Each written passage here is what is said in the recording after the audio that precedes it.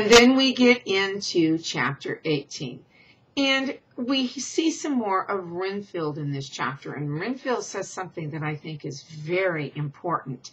And that is, first of all, Renfield appears to be sane one more time. And Nina visits him, and Renfield says, "The doctor here will bear me out that on one occasion I tried to kill him for the purpose of strengthening my vital powers by the assimilation with my own body of his life through the medium of his blood, relying, of course, upon the scriptural phrase, 'For the blood is the life.'" And so again, this refers back to how the blood is the life force. And he's talking about scriptural evidence. And remember, when Christians take communion, they are drinking the blood of Christ. So there is a type of communion, which, of course, in the light of religious views, would be blasphemy, that by drinking the blood of his victims, Count Dracula is forming a covenant with them. The only problem is the covenant that Dracula is forming with his victims. It's not, what's the word that I'm looking for? It's not a mutual covenant. His people, for lack of a better words, his people are not acquiescing to becoming a part of his extended family. Even though Renfield desperately wants to get back to Dracula. When Lucy is bitten, she wants to be with Dracula. But beforehand, they would not have chosen to do that. And so in this chapter, we've heard some more about the boxes, but now Van Helsing gets down to the nitty-gritty and talks to Seward and Harker and Mina about vampires. And he says, there are such beings as vampires. Some of us have evidence that they exist. And he says at first he was a skeptic, but he's trained himself to keep his open mind. And then he begins to talk about the Nosferatu, who do not die, like the bee when he sting once.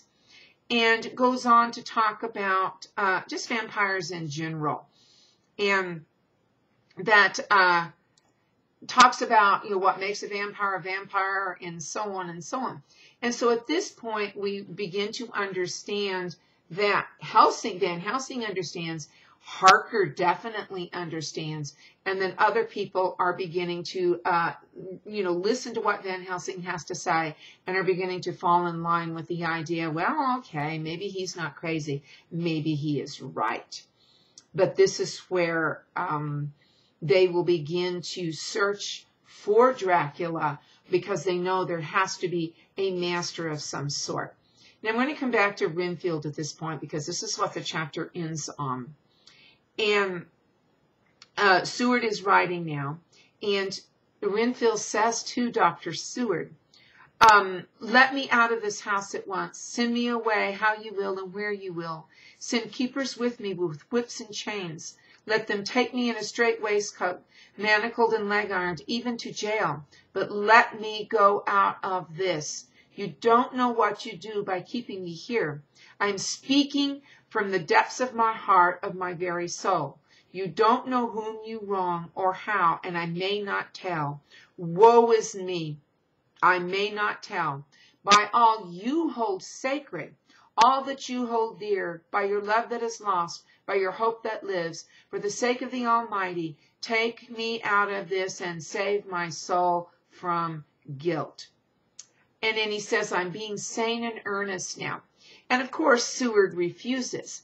So my question to you is, and of course, maybe you've already gone on into the book and you've known, why is Renfield begging to be locked away? I know. Do you know?